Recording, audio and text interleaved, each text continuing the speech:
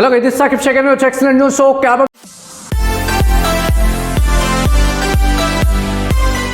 Just class 12 में और Maharashtra board में पढ़ राइट यार। ऑलरेडी हम लोग ने आपको क्लास 12 का मैथमेटिक्स का सिलेबस कंप्लीट फिनिश कर दिया और हम लोग ने स्टार्ट किया आपका केमिस्ट्री का कंप्लीट सिलेबस। लाइक हम लोग ने आपका अभी तक क्लास 12 महाराष्ट्र बोर्ड का जो केमिस्ट्री आपको उसमें first chapter solid state, second chapter solution और जो थर्ड चैप्टर अपना आयोनिक इक्विलिब्रियम, ये तीनों चैप्टर्स हम लोग ने फिनिश कर दिया। और लास्ट लेक्चर में हम लोग ने स्टार्ट किया था केमिकल थर्मोडायनेमिक, जो आपका फोर्थ चैप्टर, उसमें हम लोग ने हाफ चैप्टर अभी तक फिनिश कर दिया राइट। वो सब वीडियोस अगर अभी तक आपने नहीं देखा है तो उसका लिंक आपको डिस्क्रिप्शन या आई बटन में मिल जाएगा, जल्दी आके देखो और अपने फ्रेंड्स के साथ कर दो शेयर। यार आज हम लोग स्टार्ट करेंगे केमिकल थर्मोडायनेमिक्स का नेक्स्ट वाला पार्ट। आई होप आप एंजॉय कर रहे होंगे लेक्चर्स को राइट। उससे पहले अगर आप चैनल पे नहीं हो तो चैनल को सब्सक्राइब करके उसके बेल आइकन को प्रेस करना, ताकि जब भी हम लोग वीडियो अपलोड करें आप तक नोटिफिकेशन पहुंच जाए। और जितना हो सके इस वीडियो को अपने फ्रेंड्स के साथ कर दे रहे हैं शेयर, ताकि सभी का हो जाए यार बेनिफिट। और इंस्टाग्राम पे फॉलो नहीं किया तो लिंक डिस्क्रिप्शन में मिल जाएगा, जल्दी आके फॉलो करो और शेयर कर दो राइट। चलो यार बिना किसी टाइम पास के करते हैं आज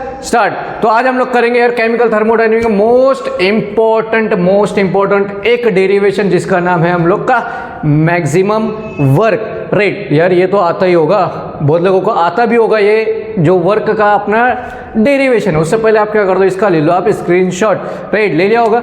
चलो देखो एक्सप्रेशन फॉर मैक्सिमम वर्क होता क्या है, तो एकदम सिंपल सा यार, ज़्यादा डरना नहीं है। फॉर एग्जांपल यहाँ पे हम लोग कुछ कंसीडर करेंगे, कुछ चीज़ कंसीडर करेंगे। फॉर एग्जांपल सबसे पहले हम लोग करेंगे कि देखो ये जो एन है अपना मोल ऑफ आइडल गैस है एक इनक्लोज सिलेंडर में। सपोज एक हम लोग ने एक इनक्लोज पूरा का पूरा पैक हम लोग ने सिलेंडर लिया है, उसके अंदर हमने क्या किया है आइडल गैस में मोल ऑफ आइडल गैस हम लोग ने रखा हुआ है। वो उसमें वो जो सिलेंडर होगा, सपोज ये जो सिलेंडर होगा ऐसा, उस सिलेंडर में V1 और V2 जो अपना इनिशियल और फाइनल वॉल्यूम है और जो T होगा उसका टेम्परेचर होगा राइट। चलो अभी देखो to work on the piston P external must be. अगर देखो सपोज ये सिलेंडर होगा तो सिलेंडर में एक पिस्टन होगा, इस पिस्टन में अगर मुझे कुछ वर्क करना है, अगर मुझे इस पिस्टन पे वर्क करना है तो उसमें क्या होगा कि P एक्सटर्नल मतलब जो एक्सटर्नल प्रेशर है वो हमेशा जो ओरिजिनल प्रेशर से कम होना चाहिए। समझ में आ गया, तभी हम लोग इस पिस्टन पे वर्क कर सकते हैं। फिर यहाँ पे और एग्जाम क्या कि dV जो स्मॉल वॉल्यूम है, dP जो स्मॉल प्रेशर है राइट। चलो अभी यहाँ से आपका कहानी स्टार्ट होता है। कल हम लोगों ने किया था प्रेशर वॉल्यूम का एक derivation right. Pressure volume last lecture में हम लोग ने प्रेशर वॉल्यूम का डेरिवेशन किया था, ये प्रेशर और वर्क का राइट, P W का। देखो यहाँ पे ये हमको फॉर्मूला मिला था राइट। तो यहाँ पे देखो अभी आगे देखो कहानी क्या होता है कि यहाँ पे जो P एक्सटर्नल क्या होता है, एक्सटर्नल प्रेशर क्या होता है, ओरिजिनल प्रेशर माइनस जो स्मॉल प्रेशर है उसको कर देना। अभी सिंपल से क्या करेंगे, इस फॉर्मूले में डायरेक्ट P एक्सटर्नल जहाँ पे दिखते हो वहाँ पे P माइनस DP पुट कर देंगे। देखो आगे यहाँ पे फ्रॉम 1 किया, ये फर्स्ट वाला इक्वेशन। यहाँ पे P एक्सटर्नल में देखो P माइनस DP ये चीज़ पुट कर दिया, बात समझ में आ गया। अभी देखो नेक्स्ट क्या होगा, ये जो dV है ना मल्टीप्लाई है ना, तो ये इसके साथ भी मल्टीप्लाई होगा, इसके साथ भी मल्टीप्लाई होगा, ये minus P into dV dV। अभी देखो माइनस माइनस प्लस हो जाएगा, ये dP इंटू dV। बात समझ में आ गया, इतना समझ में आ रहा है। अभी आज यहाँ पे देखो ये जो dP इंटू dV ये क्या है अपना जीरो हो जाएगा इसका वैल्यू। वो इसलिए जीरो होगा क्योंकि ये जो है ना एकदम स्मॉल अमाउंट में है। तो हमारा आंसर क्या आएगा, देखो जो वर्क है हमारा वो क्या हो जाएगा माइनस P dV, इतना बचेगा। समझ में आ गया। अभी now for whole pressure and to change volume from V1 to V2, अगर मैक्सिमम वर्क चाहिए, याद रखो केमिस्ट्री या फिजिक्स में कोई भी अगर टोटल अमाउंट चाहिए आपको तो क्या करना है, उसको इंटीग्रेट कर देना है, बात खत्म। तो इस इक्वेशन को हम लोग क्या करेंगे, इंटीग्रेट करेंगे इनिशियल से लेकर फाइनल लेवल तक, मतलब V1 से लेकर V2। देखो dW था, इसको इंटीग्रेशन साइन दिया इनिशियल से लेकर फाइनल, यहाँ पे V1 से लेकर V2। अभी देखो ये तो हो गया पूरा का पूरा मैक्सिमम वर्क। अभी यहाँ पे देखो क्या हो जाएगा माइनस V1 V2, क्या कर रहे हैं हम लोग P dV। अभी इसके आगे का जो है मैं आपको करके दिखाता हूँ। तो जल्दी जल्दी क्या करना है, इस वीडियो को अपने फ्रेंड्स के साथ कर देना है शेयर। देखो उसके आगे होता क्या है भाई साहब, वो आंसर आया कैसे, तो बहुत लोगों को आता भी होगा। देखो ये चीज़ जो है ये वाला जो चीज़ है, क्या हमारा मैक्सिमम वर्क इक्वल टू क्या आएगा माइनस इंटीग्रेशन, साइन अच्छे से देना, V1 से लेके V2 क्या है P dV। अभी मैं इसमें करूंगा क्या, ऊपर और नीचे क्या करेंगे मल्टीप्लाई और डिवाइड बाय V कर देंगे। समझ में आ गया, multiplying and dividing by P। तो होगा क्या, देखो minus V1 V2 P dV था, क्या करेंगे V मल्टीप्लाई और नीचे डिवाइड भी कर देंगे। बात समझ में आ गया। इसके आगे देखो ये माइनस V1 से लेके V2, देखो ये जो V है ना ये V, ये P के साथ रख दो PV, और क्या बचा है dV अपॉन V। इतना समझ में आ गया। तो फॉर आइडल गैस, भाई साहब आइडल गैस हमको पता है, क्लास 11 में पढ़ा है, सेकंड चैप्टर में पढ़ा है, क्या PV इक्वल टू क्या होता है, nRT होता है। तो यहाँ पे PV दिख रहा है, इस PV की जगह पे डायरेक्ट क्या कर दो आप, nRT पुट कर दो, तो मिलेगा क्या, देखो माइनस V1 से लेके V2 nRT dV/V। इतना बात समझ में आ गया, क्लियर। इसके आगे देखो, ये जो nRT है ना, ये तो अपना कांस्टेंट, इसको बाहर निकाल दो यार, ये माइनस के साथ nRT बाहर आ जाएगा, बचा क्या, V1 से लेके V2 dV/V। इतना बात समझ में आ गया, क्लियर है इतना। अभी देखो इसके आगे हम करेंगे क्या भाई साहब, क्या करेंगे इसमें, देखो अभी इसका अगर सॉल्व करना है तो डायरेक्ट मैं क्या करूँगा, देखो माइनस nRT लॉग ले लेना है ln, क्या करेंगे ln V2, ln किस में लगा रहे, वॉल्यूम में, V1 से लेके V2। तो अभी देखो माइनस nRT, ये जो ln है ln V2 minus ln V1 हो जाएगा। कैसे, डेफिनेट इंटीग्रेशन में हम लोग ने पढ़ा है ना कि फाइनल माइनस इनिशियल होता है। अभी देखो गौर से, माइनस nRT लॉग में हमेशा देखो माइनस रहेगा तो क्या हो जाता है, डिवाइड हो जाता है, मतलब V2 डिवाइड बाई V1। इतना हो गया, क्लियर, समझ में आ गया बात। अभी यहाँ पे देखो, ये तो अपना नेचुरल लॉग है, इसको अगर कन्वर्ट करना है अपने को लॉग टू द बेस 10 में, तो किससे मल्टीप्लाई करना है, 2.303 से। तो ये माइनस, तो 2.303 मैं पहले लिख देता हूँ, ये nRT, ये जो ln है ये हो जाएगा log to the base 10 V2/V1। तो ये अपना फाइनल आंसर। समझ में आ गया कैसे है, एकदम सिंपल सा डेरिवेशन था यार, इतना कुछ हार्ड था नहीं, एकदम अच्छे से एक बार देख लेना कैलकुलेशन। जिसने मैथ्स लिया है भाई उसके तो मजे, क्यों, क्योंकि उसको कैलकुलेशन ऑलरेडी आता है, राइट। तो जल्दी जल्दी क्या करना है भाई, इस वीडियो को शेयर कर देना अपने फ्रेंड्स के साथ, और चैनल पे हो तो सब्सक्राइब जरूर करना, राइट। चलो अभी बढ़ेंगे नेक्स्ट टॉपिक की तरफ, एकदम मोस्ट इंपोर्टेंट था, आया तो 3 मार्क के लिए आ सकता है, याद रखना है, क्लियर। चलो अभी बढ़ेंगे नेक्स्ट टॉपिक की तरफ, बढ़ेंगे नेक्स्ट टॉपिक की तरफ। तो नेक्स्ट टॉपिक आपका बोलता क्या है, तो उससे पहले क्या कर लो, आप इसका ले लो स्क्रीन शॉट।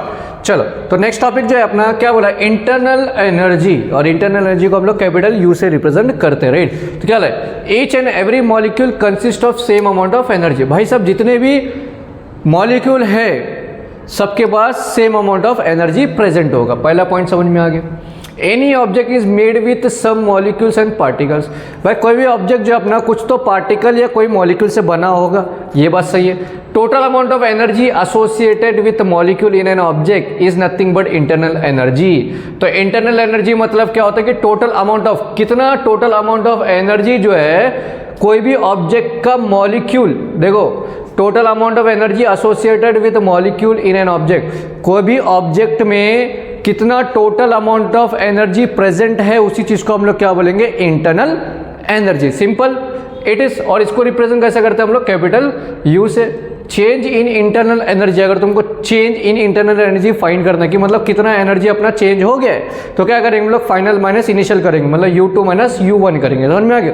वापस देखो क्या बोला है जितने भी एक मॉलिक्यूल जो है भाई वो सेम अमाउंट ऑफ एनर्जी उसके अंदर प्रेजेंट होता है। समझ में, सभी जितने भी एलिमेंट है, जितने भी ऑब्जेक्ट है, वो क्या है, कुछ पार्टिकल्स या मॉलिक्यूल से बने होंगे, राइट। तो कोई भी ऑब्जेक्ट के अंदर कितना total amount of energy present है, वही क्या होता है, उसका इंटरनल एनर्जी। और उसको किससे रिप्रेजेंट करते हैं हम लोग, कैपिटल U से रिप्रेजेंट करते हैं, राइट। और अगर मुझे चेक करना है कि कितना एनर्जी चेंज हुआ है, तो मैं क्या करूंगा, फाइनल माइनस इनिशियल कर दूंगा, मतलब U2 माइनस U1 कर दूंगा, क्लियर। अभी next, a transfer of energy as heat और वर्क फ्रॉम सिस्टम और to this system will change its internal energy.